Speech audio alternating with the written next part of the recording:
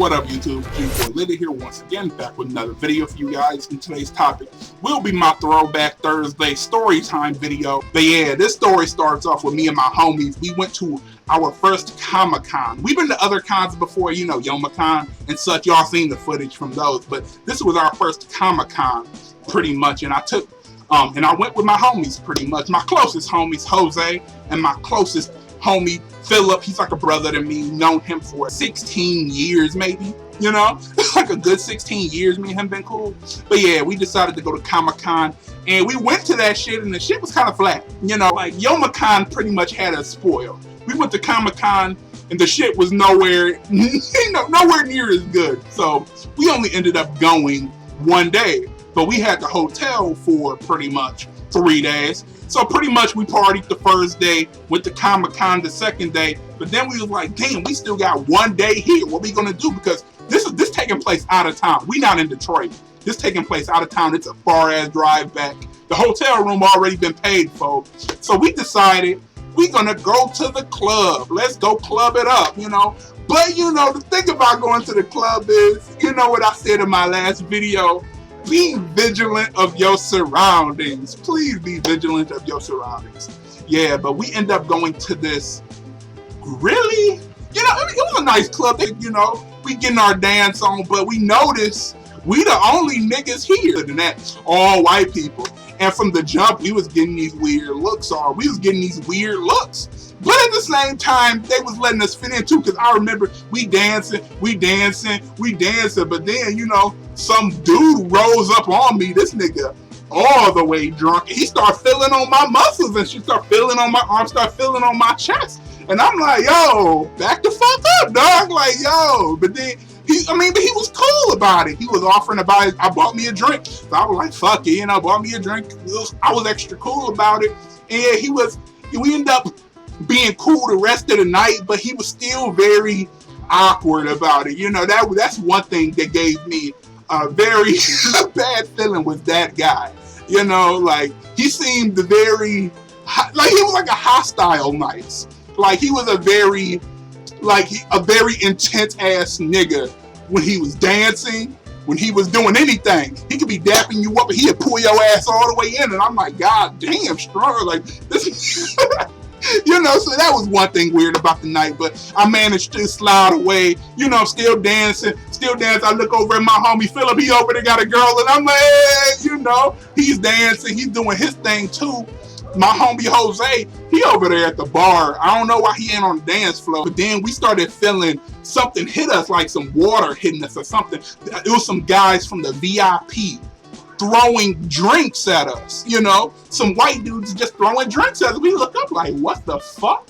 You know, and we started getting pushed around too. We started noticing like the dudes started pushing us away from the girls too, shoulder blocking us on the dance floor away from females and shit.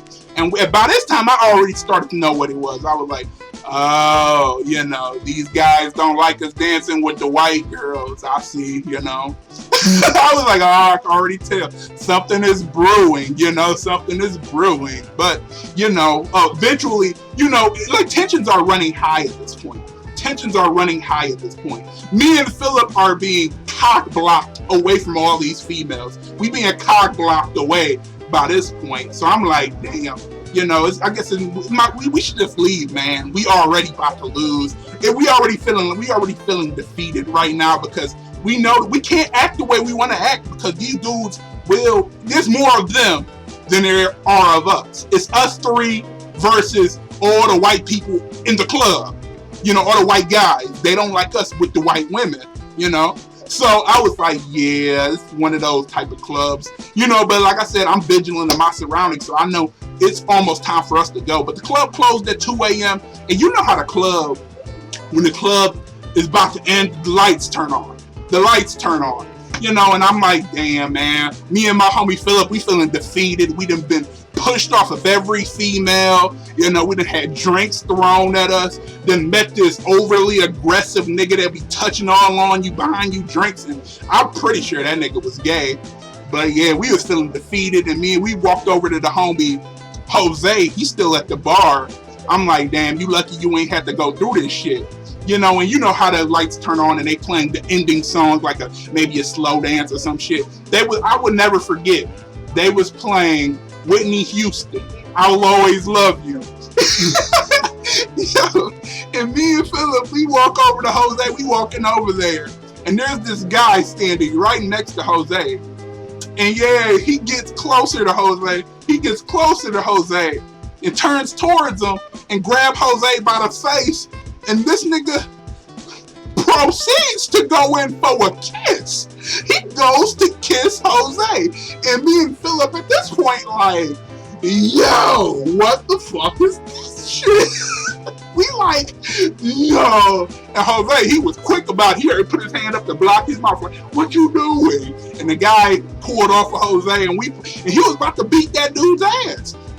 This dude went to kiss Jose on the mouth. You know, not one of them play kids, and not even, he went to go in for a straight, super homo, let me make out with you kiss. And my homie Jose, he flew the fuck off. He was about to beat that dude ass. We had to drag him out of that club because I was like, don't start no trouble out here. Like I said, we already noticed all the racism that was happening around us, all them people that were looking at us funny because, like I said, black guys and white girls, they was already giving us dirty licks, throwing drinks at us.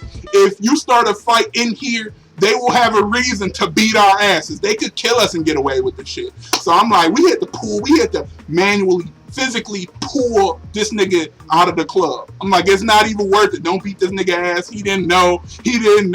And we had to calm him down. And I remember that long ass walk home. You know, it was like a mile. It was like I want to say like about 2 miles. We ain't had no more money. We ain't had no money to catch a cab back. We took a cab out there, spent the money on that cab because the cab was driving around for a long time. So the cab ended up being expensive and the money to get into the club as well. So we like running on empty. So we ain't even got no more money. So we had to walk home, and I just remember that long ass walk to the hotel. All three of us just felt defeated. You know, we felt defeated as fuck. It's one of them nights where, woo, everybody lost pretty much. I was like, yo, this wouldn't have happened if we was in a club in Detroit. But because we was at this type of club, you know, out here in this random ass spot, you know, with all these people that didn't like us being like, I already knew what type of day, what kind of night it was going to be. When we walked in and they was all giving us that side eye. They was giving us that dirty look, that side eye. So I already knew. But luckily, we pulled Jose out. We walked back and we walked.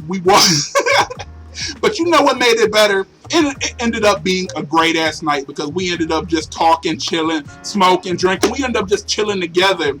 You know, we realized what made it not so bad is we took that loss together. We learned a lot. We learned a lot about each other, you know. we learned that that's one of Jose's triggers. He don't like when niggas try to kiss him, you know. Now you know. We learned that don't go to a club out in some random ass spot, you know, where you're not familiar with, because they will be grimy out there. We learned that shit as well. But like I said, a tragic night ended up being not so bad. It's not bad when you lose with your boys. You leave it all out on the field. That's what we said. We left it all out on the field, you know. So that was our Comic-Con experience pretty much. You know, weak ass Comic-Con and that horrible ass club, you know. But what you gonna do? It was still a dope time. I got footage from it. But the homie Philip got the footage, so that's why you guys haven't been able to see it, because he haven't uploaded the footage, you know. So, but whenever he uploads the footage, you guys will see it. So it's up to him pretty much. But yeah, that's my Throwback Thursday story. The moral of this story is, you know, don't try to kiss random motherfuckers. Because if you try to kiss my homie Jose, nigga will fuck you up, you know. And just be vigilant of your surroundings again, you know. But yeah, hit me down in the comments down below. Tell me your thoughts on today's video. And don't forget to hit the thumbs up if you like the video. Chief Foley here signing off, and thank you guys for watching.